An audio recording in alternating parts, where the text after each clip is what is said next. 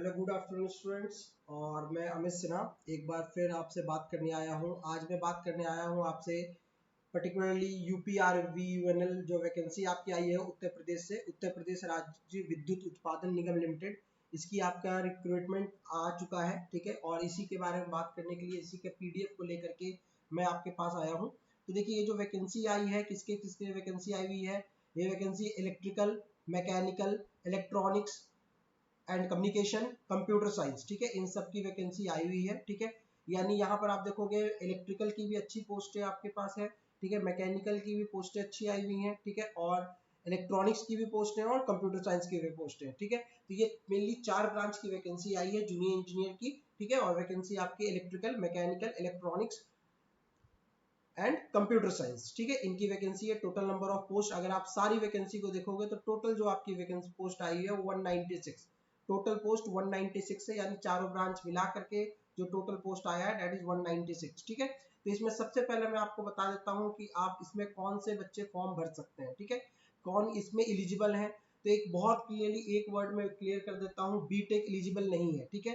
BTech यहाँ कहीं पर भी एलिजिबल नहीं है। यहाँ पर आपके पास वही एलिजिबल है जिनके पास डिप्लोमा है। आप इसको देखोगे पूरे PDF को तो आपको ये चीज बिल्कुल क्लियर हो जाएगा, सिर्फ और सिर्फ डिप्लोमा के लिए वैकेंसी है। चाहे आपने यूपी से डिप्लोमा किया है, चाहे आपने अदर स्टेट से डिप्लोमा किया है, यानी ऑल ओवर इंडिया बेसिस पर वैकेंसी है। ऑल ओवर इंडिया में आपने कहीं से डिप्लोमा किया है, आप फॉर्म भर सकते हो, ठीक है। बशर्ते जब आप फॉर्म भरते हो तो उसमें आप एजुकेशनल क्वालिफिकेशन में जब आप पोस्ट डालते हो तो वहां आपसे पूछा जाएगा कि आपने डिप्लोमा किस से किया हुआ है, ठीक है। तो कई लोगों ने यूपी से किया होगा, कई लोगों ने बाहर से किया है, तो उसके अकॉर्डिंग आपको अपनी एलिजिबिलिटी चेक करनी पड़ेगी, ठीक है। शॉर्टकट में मैंने आपको बता दिया है कि पॉइंट सिर्फ इतना सा कि बीटेक एलिजिबल नहीं है, सिर्फ डिप्लोमा इसके लिए कंपलसरी एजुकेशनल क्वालिफिकेशन है, ठीक है। अगर डिप्लोमा आपने डिस्टेंस लर्निंग से किया है, ये आपको पॉइंट बहुत क्लियर कर देता हूँ, अगर आपने डिप्लोमा डिस्टेंस लर्निंग से किया, रेगुलर कोर्स नहीं है, तो आप एलिजिबल नहीं हो। दूसरा पॉइंट आपके पास है कि अगर आपका डिप्लोमा कंप्लीट नहीं हुआ है और फॉर्म भरने के लास्ट टाइम तक अगर आपका डिप्लोमा फाइनल नहीं होता तो आप एलिजिबल नहीं हो, ठीक है। यानी जिनका कंप्लीट हो चुका है डिप्लोमा सिर्फ वही फॉर्म भर सकते हैं। एज क्राइटेरिया आपको पता होना चाहिए इसका।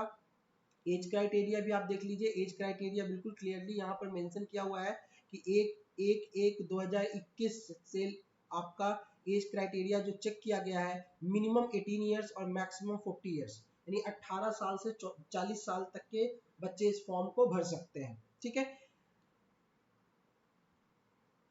फॉर्म में मैंने आपको बता दिया, और जैसा कि हर एक फॉर्म में होता है एज रिलैक्सेशन, ठीक है। आपका जो भी SC ST जो भी आपका अगर कोई कैटेगरी में आप आते हो उस कैटेगरी के अकॉर्डिंग जो है आप उस फॉर्म एज रिलैक्सेशन में जा सकते हो, ठीक है।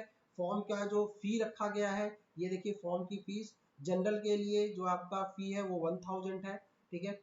SC ST के लिए जो आपके यूपी के जो मूल निवासी होंगे SC ST उनके लिए 700 रुपये है, ठीक है।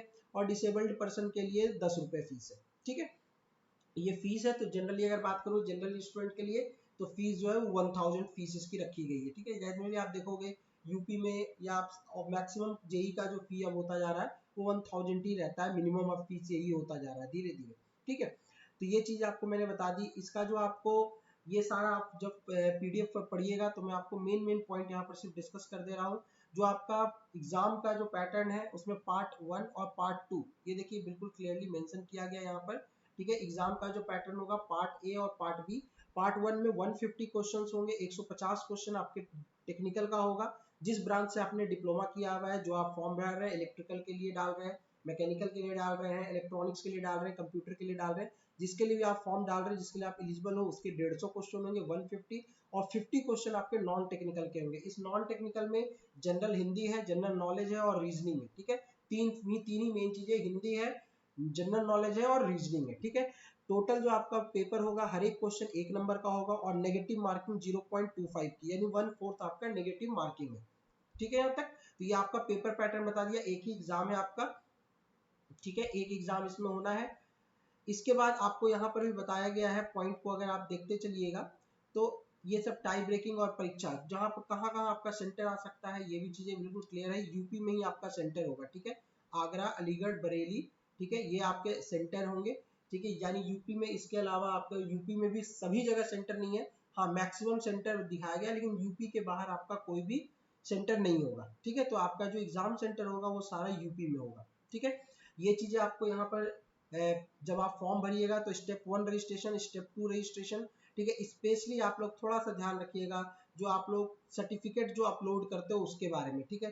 फोटो और सिग्नेचर तो आप सही अपलोड करते हो, एसेंशियल क्वालिफिकेशन जो भी आप अपलोड करो वो सेल्फ अटेस्टेड होना चाहिए। तो इसका मतलब आप सर्टिफिकेट जो अपना डालोगे उस सर्टिफिकेट का पहले आप प्रिंट आउट निकालिए, उस पर आप उसको अटेस्ट कीजिए, साइन कीजिए और तब उसे अपलोड कीजिए, ठीक है। तो जिस डॉक्यूमेंट में सेल्फ अटेस्टेड मांगा गया उसको आपको सेल्फ अटेस्टेड करके ही डॉक्यूमेंट को आपको फिल करना है, ठीक है, यहाँ तक सभी लोगों को। और इसका जो एग्जाम फॉर्म भरने की जो डेट है वो भी देखिए यहाँ पर मेंशन है। फॉर्म 3 तारीख से भरना शुरू हो चुका है, ठीक है। और लास्ट डेट जो है फॉर्म भरने की वो 2 तारीख है, 2 जुलाई, ठीक है। जो आप फी पेमेंट करने की लास्ट डेट है वो 4 जुलाई है, ठीक है। तो फॉर्म देखिए, फॉर्म तो भरने की डेट अभी है लेकिन आप पहले ही फॉर्म भर दीजिए क्योंकि साइट बाद में बहुत स्लो हो जाता है, आपका पेमेंट अटकना स्टार्ट करता है। तो ये यूपीआरवीएनएल की वैकेंसी है, बहुत अच्छी वैकेंसी आई हुई है, ठीक है। तो इसको देखते हुए आप अपनी प्रिपरेशन को भी आगे बढ़ाइए और फॉर्म को आप एएसएपी यानी जितनी जल्दी हो सकता है आप उस फॉर्म को फिल कर दीजिए, ठीक है। क्योंकि फॉर्म में डिले करने से मैं फिर बताता हूँ, हर बार बच्चों की कंप्लेन रहती है कि कहीं ना कहीं साइट में प्रॉब्लम आना शुरू हो जाता है, ठीक है। तो इस चीज़ों को आप थोड़ा सा ध्यान रखिएगा और फॉर्म को भरिए। बाकी कोई भी अगर प्रॉब्लम होती है तो आप कमेंट में मुझे बताइए, मैं उस चीज़ों को क्लियर कर दूंगा, ठीक है। चलिए आज के लिए इतना ही, थैंक यू।